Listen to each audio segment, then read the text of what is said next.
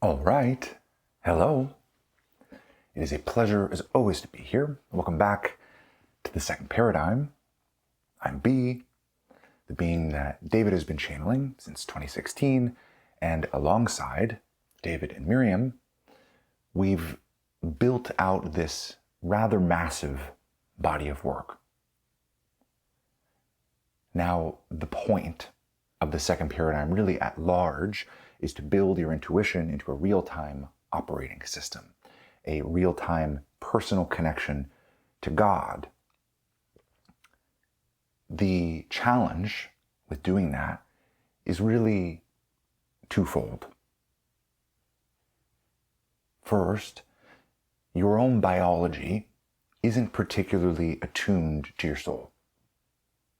That makes it difficult because your emotional system, your thoughts, your behaviors, your habits, your autopilot, let's say, the default state of your life, isn't typically in alignment with your soul. For the vast majority of people, there are very few moments in their life where their soul peeks through. The second challenge is your world at large isn't conducive to your soul. The incentive structures of your civilization don't incentivize you to become more of your truest soul essence. They incentivize you to do something else. Now, that something else is usually tied to a pretty convincing idea.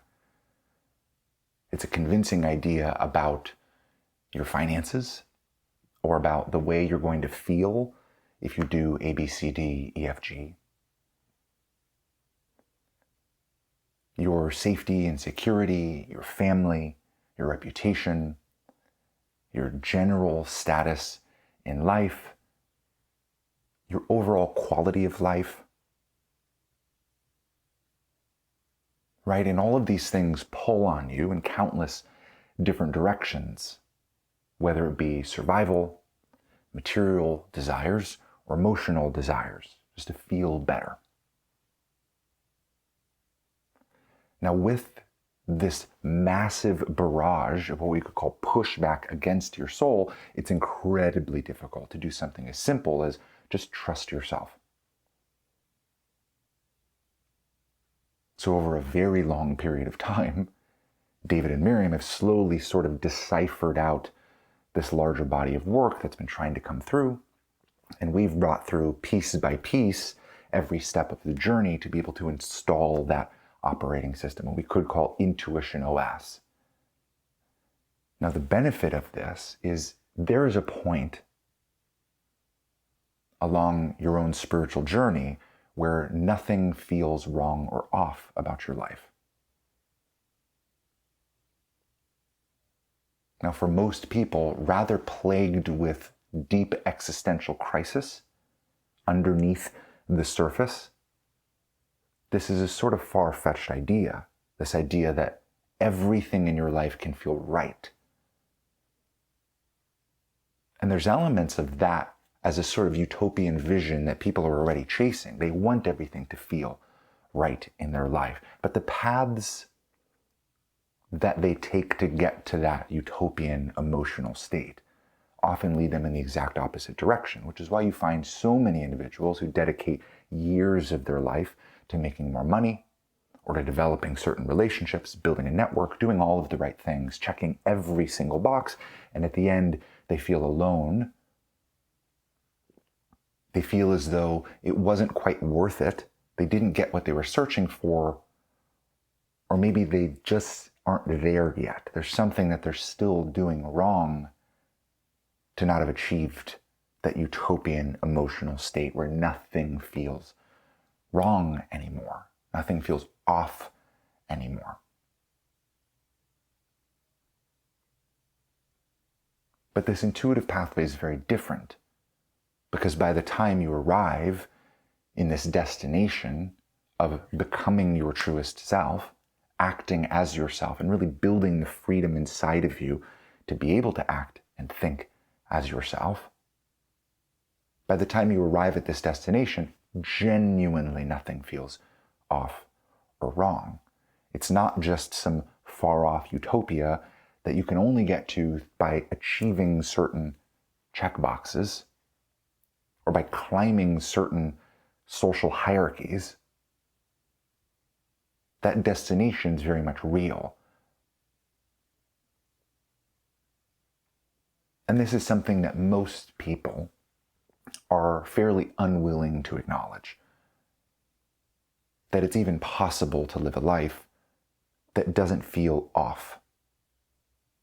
It's possible to have friendships that don't feel off. It's possible to work a job that doesn't feel off.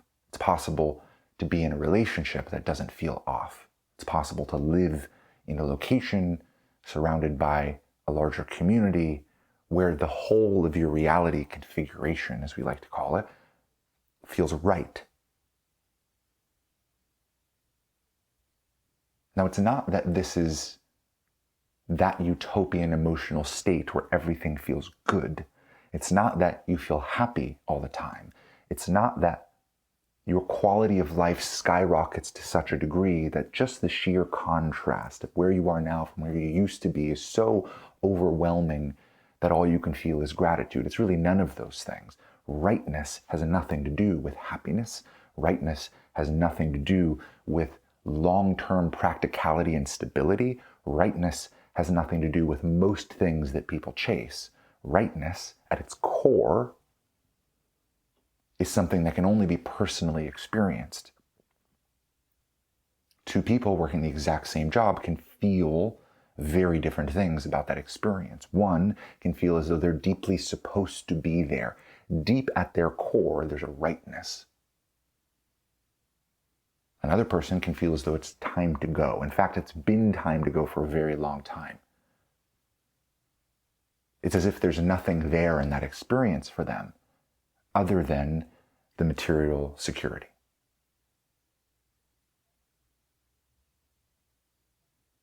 So this rightness that we're describing as being possible, it's really just that deep inner rightness. It's that deep experience of your life, your reality, and every piece within it being correct in some way.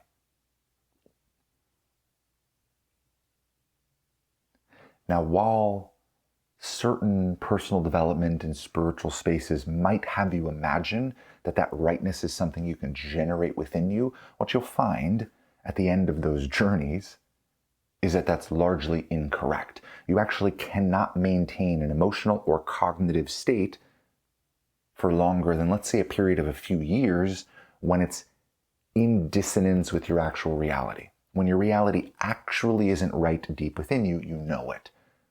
And there's no way to generate rightness within you. There's no way to conceptualize how grateful you are about a circumstance that then makes that circumstance more right. That rightness is emergent from the circumstance itself. That rightness, truthfully, is the feeling of your soul being in deep alignment with the larger orchestration of God.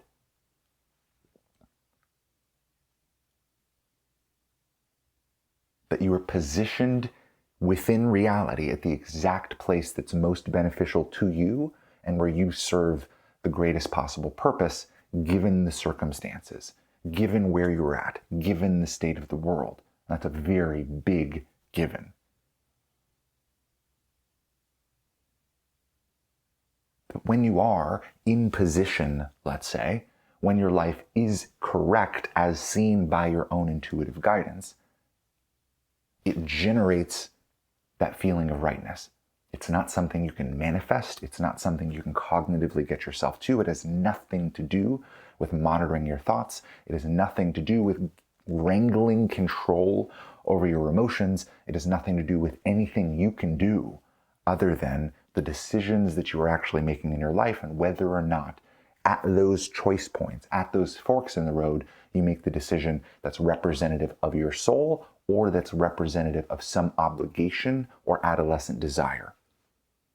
That is the sole factor that decides whether or not you will feel that deep inner rightness. And what we're saying is that it's possible to feel that deep inner rightness about every single aspect of your life. That's largely what the second paradigm and this larger body of work that David, Miriam, and myself have been working on for quite some time now is about. It's about that feeling of deep rightness.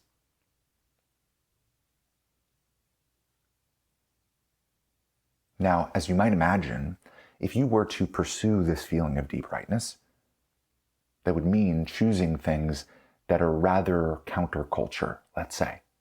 It would mean choosing things that aren't always cognitively practical. It would mean choosing things like leaving circumstances, communities, workplaces that provide some semblance of safety and security. It means challenging all of that inner pushback.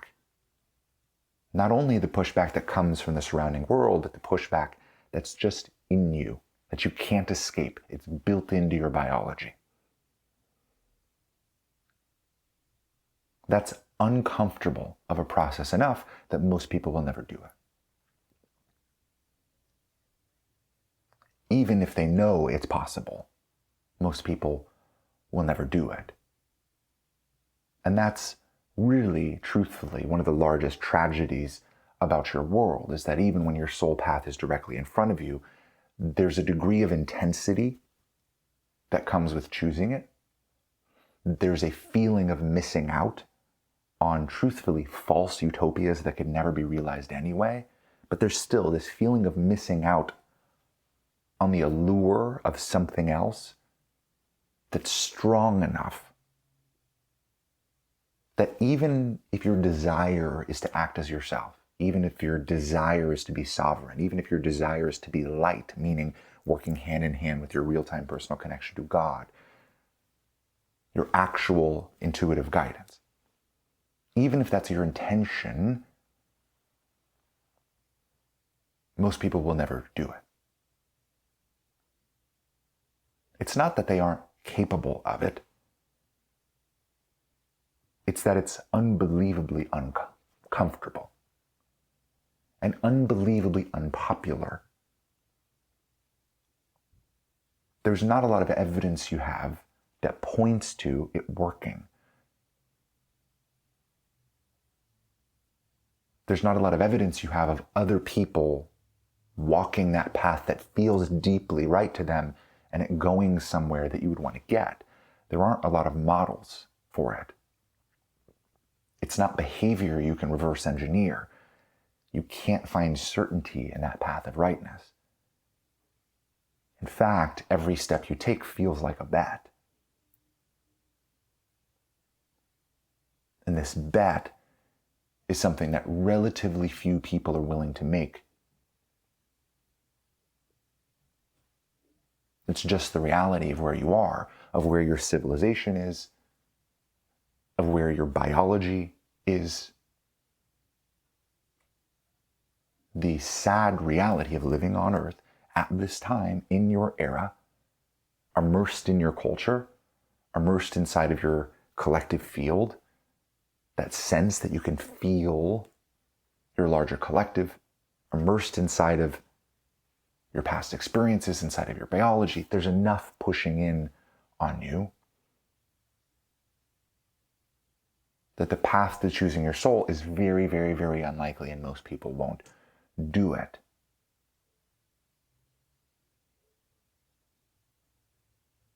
It's an unbelievable tragedy, truthfully.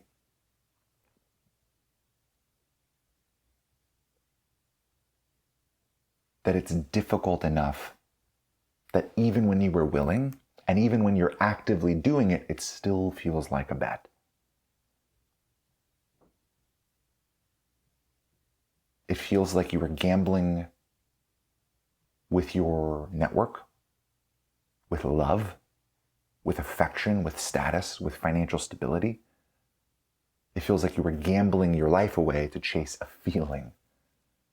Something that at times you might want to reduce down to just your emotions. It's not that.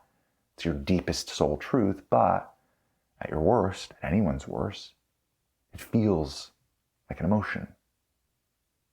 Like it's something that maybe you should just get over. It's an existential crisis that you should work through. You should work your way out of psychologically, emotionally. or otherwise, this bet that you want to make. Maybe it's just self-destructive behavior. Maybe there's something wrong with you that you can't get behind all these other paths that everyone else is so eagerly choosing. And it seems as though they're reaping benefits, doesn't it? It seems as though the higher quality of life or the massive friend groups or the fame would be relieving in some way, doesn't it? But you take an honest look at the people that are pursuing these paths, you try to peer behind the curtain, and what you find is it's often unbelievably hollow.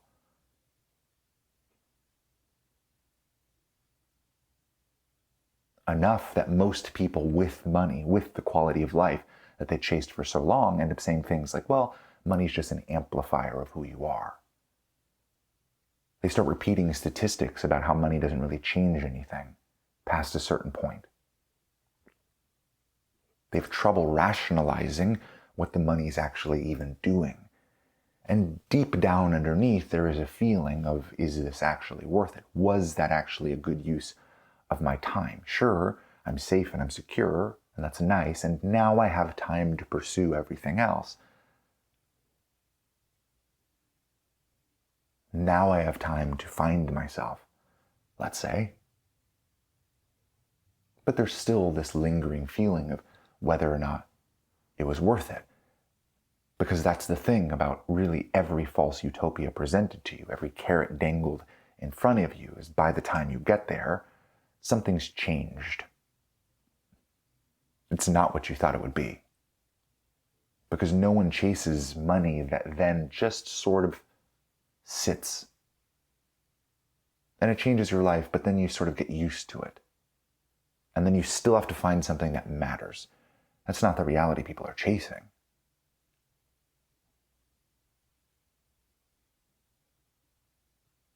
The reality of it isn't nearly as alluring as the fantasy of it. It's the false utopia that's promised. That everyone's bought into actively, but few people really believe in. If you ask,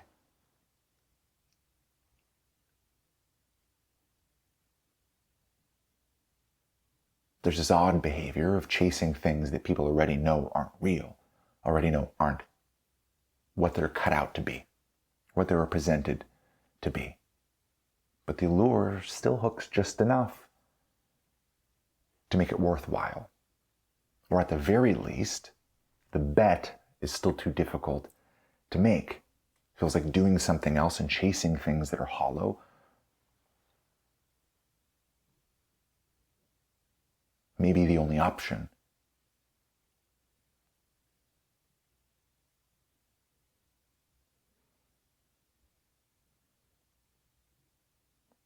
So this is the fairly unfortunate reality you find yourself in. You and everyone else have the capacity to bet on yourself, and that path absolutely, without a shadow of a doubt, goes to existing as yourself in a reality configuration where nothing feels wrong anymore. And it's certainly fulfilling, it's certainly purposeful, enough so that by the time you get there, or even close, you would never trade it for anything. No amount of money, no amount of fame. Nothing is worth trading that rightness for once you have it. But it still feels like a bet. And still, most people will never pursue it because of how risky it feels. Trusting yourself over the consensus. Trusting in a feeling, a deep inner knowing that the secular world might write off as nothing.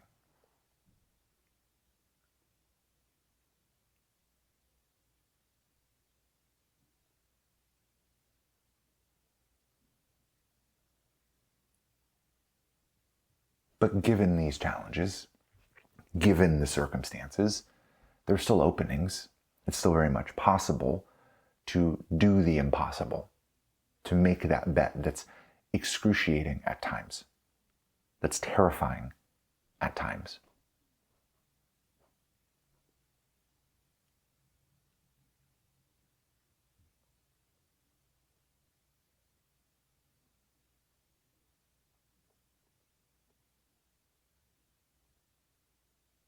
And there's a percentage of the population that, given some support, not much, some, just general reassurance even, are more than willing and able to make those decisions.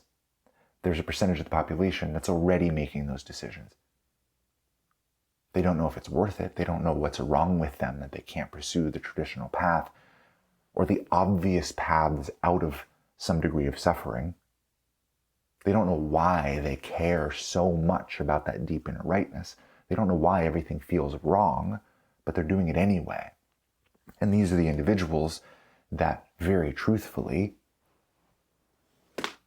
God, this larger intelligence that orchestrates goodness within reality, is most interested in. The people that are willing to do it anyway. And for these people, there are certain provisions, let's say, in place that make what would otherwise be fairly impossible, possible.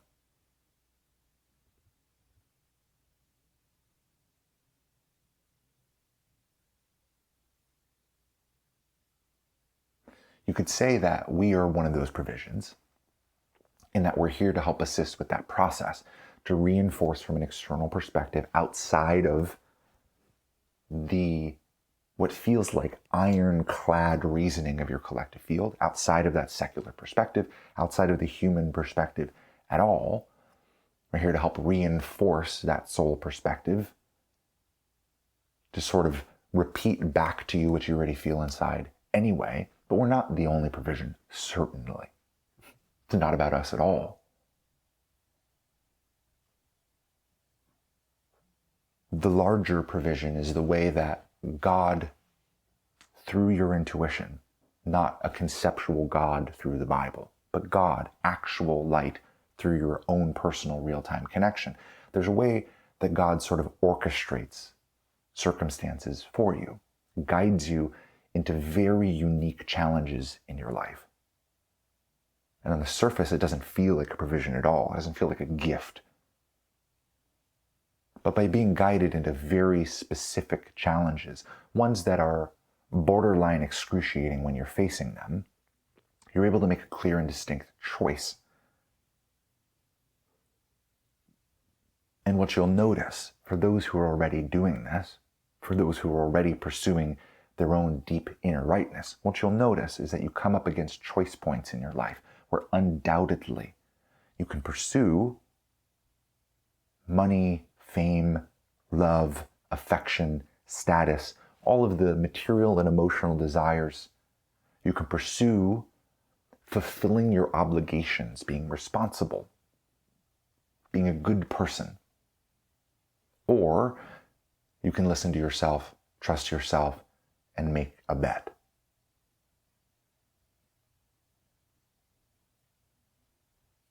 To those who aren't having this experience, that means nothing.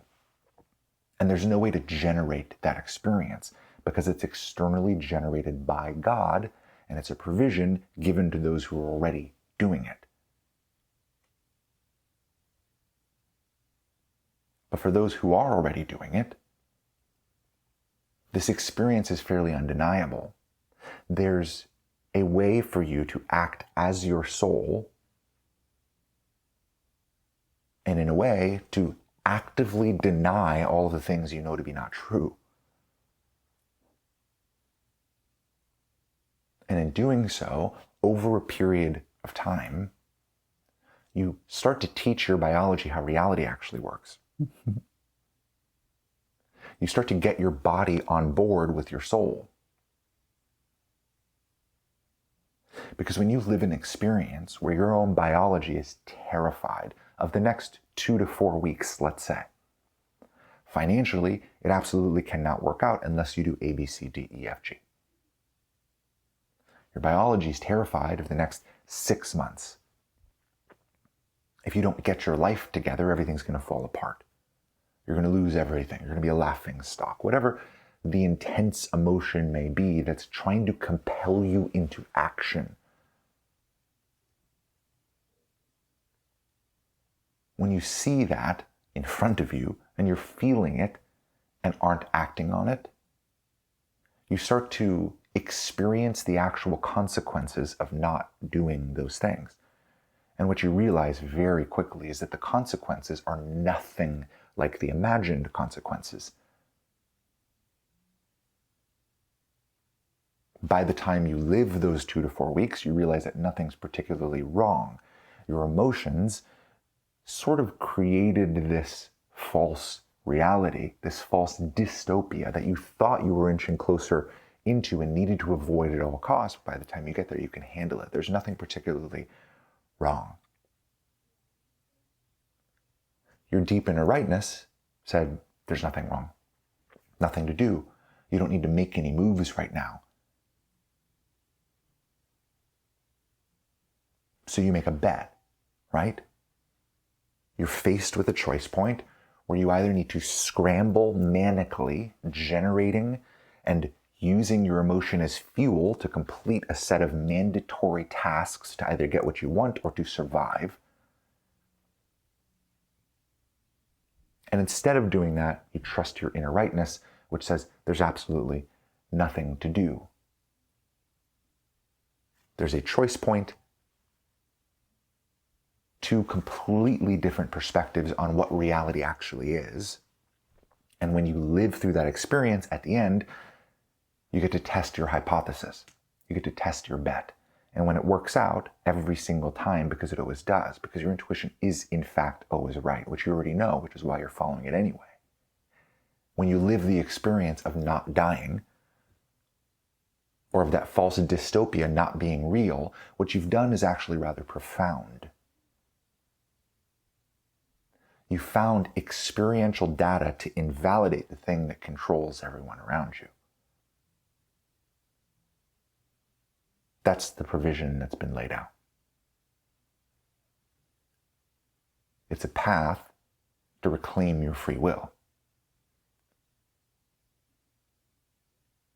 It's not that when you trust yourself and your intuition, everything feels wonderful all the time, as in happy, joyous, excited, blissful. The reality is, when you trust your intuition, God leads you into circumstances that facilitate those choice points. It's the only thing that's actually useful to you.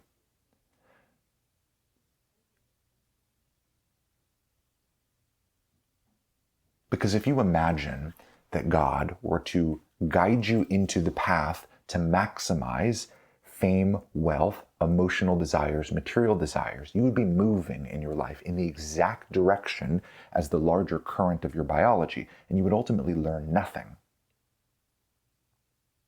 You would still be in conflict.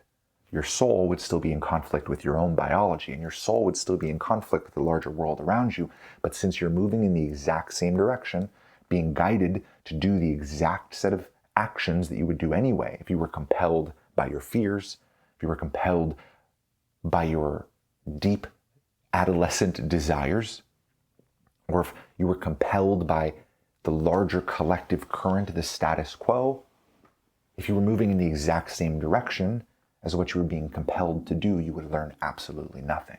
The provision that's laid out for intuitive people today, here and now, is to be guided in the opposite direction of your biology and of the collective around you, and to see what happens. Now, granted, you're not just being guided in the exact opposite direction. You're being guided along a pathway that actually functions and works and creates stability. You're being guided to very real, genuine, stable realities where something new feels right. You're actually moving in a unbelievably positive direction if your goal is to live in a reality where everything in your reality feels correct, feels right, deeply. If that's your goal, you're moving in that direction. But the way you're moving in that direction is perfectly, precisely counter to the most important things within your biology that need to be overcome in order for you to be yourself. That's how this works.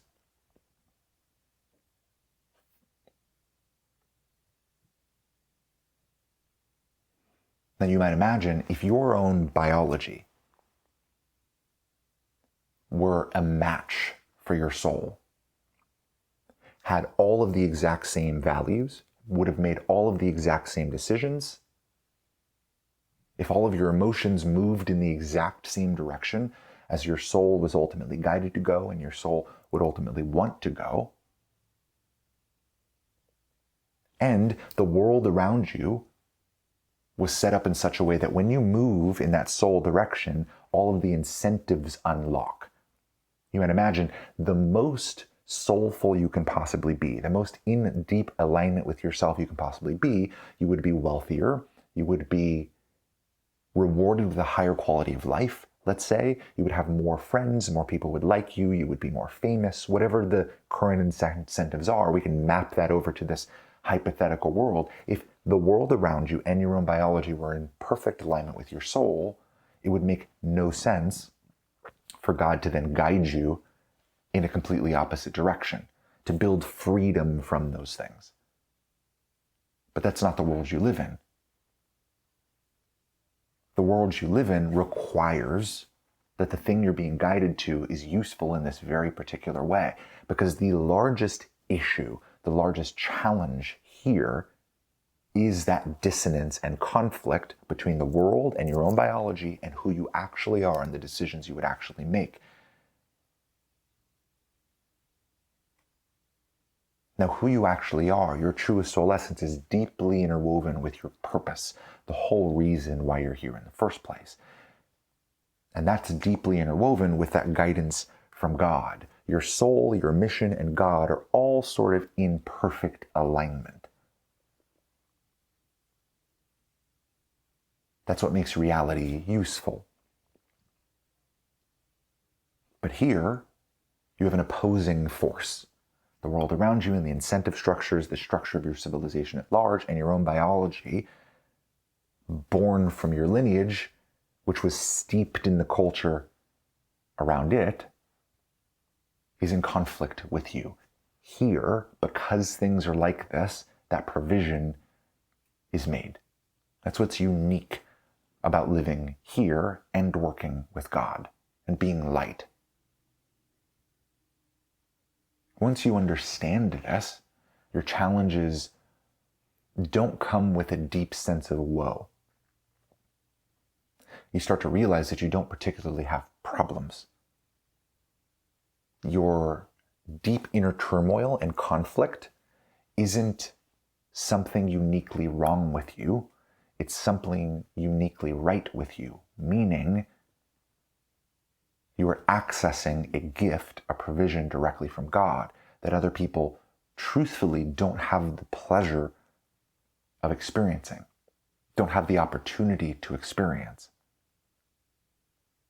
When you start to realize that your perceived problems are actually a circumstance where God is showing you the things that manipulate your perspective the most, that keep you from acting as yourself, then the flavor and texture of life starts to change. You start to recognize the usefulness of those challenges. And when you're facing those challenges, you start to find yourself at least thinking a little bit kind of, oh, this is for me.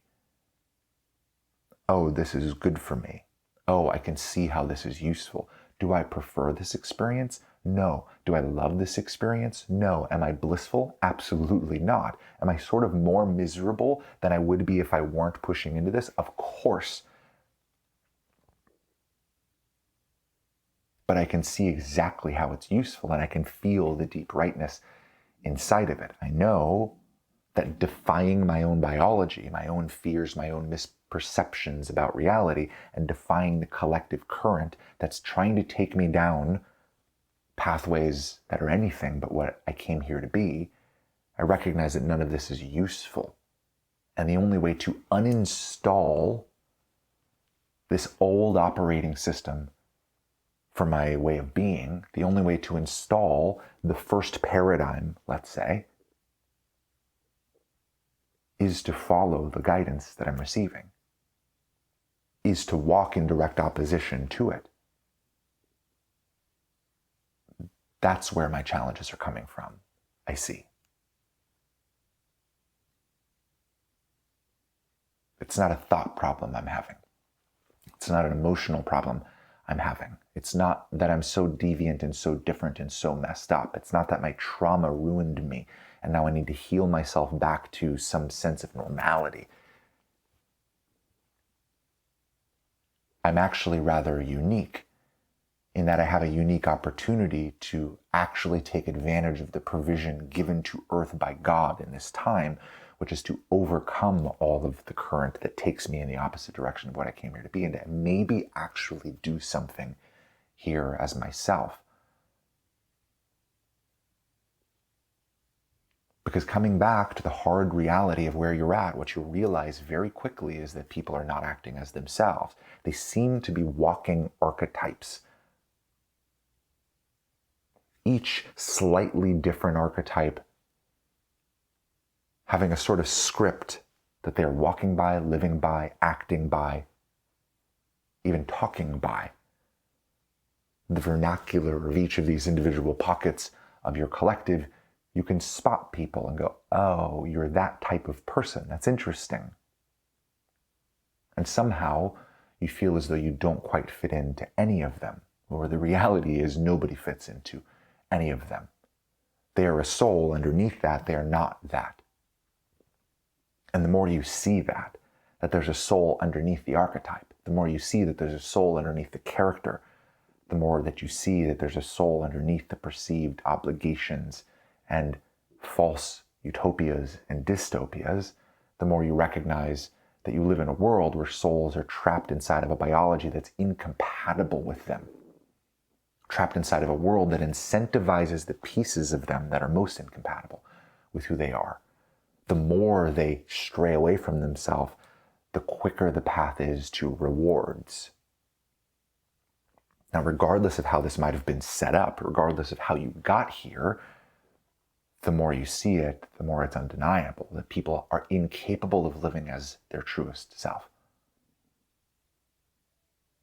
And perhaps that is the source of that deep existential crisis. Perhaps that is the midlife crisis, as I've spent most of my life not as myself. Is there ever a time where I get to finally be me? And if I were to do that now, wouldn't I lose everything? Wouldn't everything that I've built up till now have meant nothing? And the answer is yes. The answer is yes, you would lose everything. The answer is yes, it does mean that everything you've been doing is fairly meaningless if your goal is to become yourself, because the pathways that are laid out don't lead there. They can't.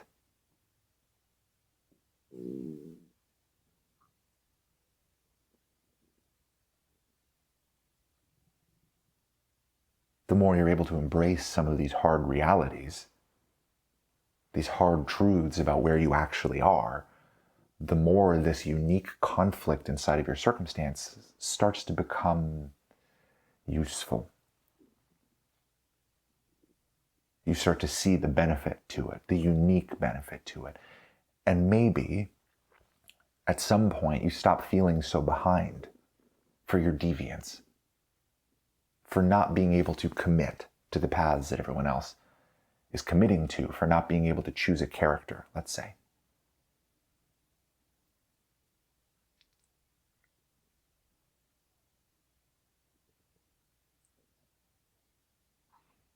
Now, these inner conflicts are undeniably difficult to navigate, undeniably. And for days, maybe even weeks at a time, you feel as though everything's about to go catastrophically wrong. And there's a degree of trust and faith that's just needed in those times. And you don't always have access to the emotions of trust and faith.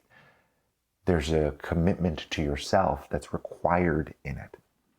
And it's not something that God can ever force you to do. You're never forced into the right decision. You're never forced into the soul decision. It's always just an open door. The guidance is always there to reassure you. There's always that sense of nothing's wrong, just keep going. There's nothing to do, nothing to fix. You don't have any problems. This imagination of your world isn't a problem. It's not reality. It's misperception. You always have that knowing to some degree, but it's still unbelievably challenging. So every single step of this journey from the very beginning, where you are watching yourself make decisions that you know aren't true to yourself and seeing how that goes, testing what happens when you deny yourself, to then eventually testing what happens when you listen to yourself. Every step of this journey along the way, you become more and more of yourself, but there's slight nuance that's difficult to put your finger on, conclusions that are difficult to reach. And at the end of the day, that's the point of the second paradigm. That's the point of this intelligence of David and Miriam's mission and purpose, is to help shine the light on what that might look like. For David, it's to help explain some of the intricacies of it, to build a model where it can cognitively make sense, where at the very least you can get your brain on board with your soul while your emotions sort of tail behind. And for Miriam, it's describing the experience itself very real time, of living inside of the experience and being an unbelievably open book, of modeling what it looks like to live inside of that experience and having the willingness to share every step of the way. There's a lifestyle component that's very much more Miriam, and a cognitive teaching, educational piece of it that's very much David. But together, hopefully, there's some semblance of reassurance externally that this bet that you're making, if it is a bet that you are making, is worth it, that it goes somewhere.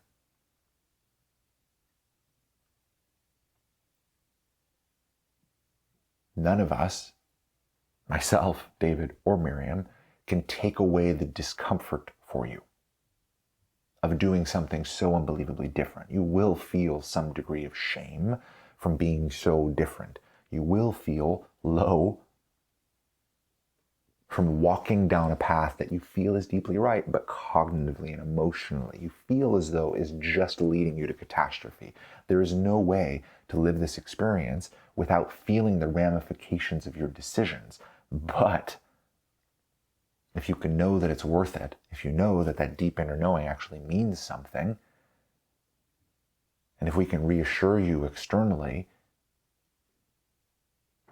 then at the very least, while you are inside of that degree of suffering, you know that it's purposeful. You know that you're overcoming something. You know that you're moving in a direction that means something. And when the experience that we're describing becomes your experience, when the words that we're teaching match the experience that you're actually having,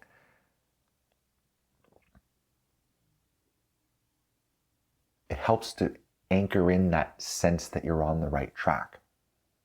There's no way to model or reverse engineer really anything we talk about. There's no way to treat the second paradigm as a roadmap that you follow strategically.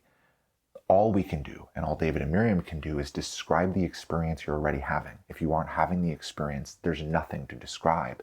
But if you are having the experience, then that description can help offer reassurance.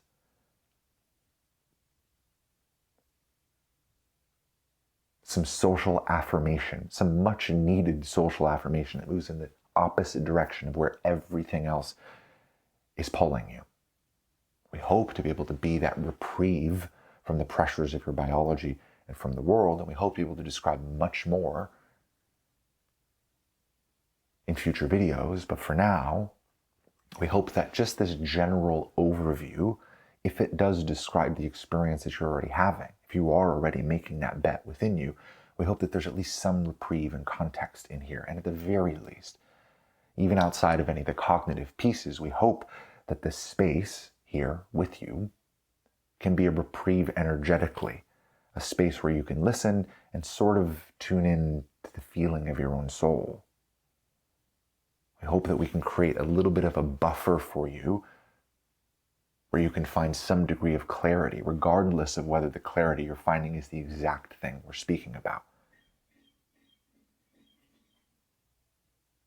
So with that, thank you for being here, for exploring some of this with us. We're excited to be able to lay some of this context in a public form, which we haven't done in a very long time, and we're excited to continue. So we look forward to speaking to you at a later time. We hope you find your way back here to the second paradigm. Thank you again for tuning in, and bye for now.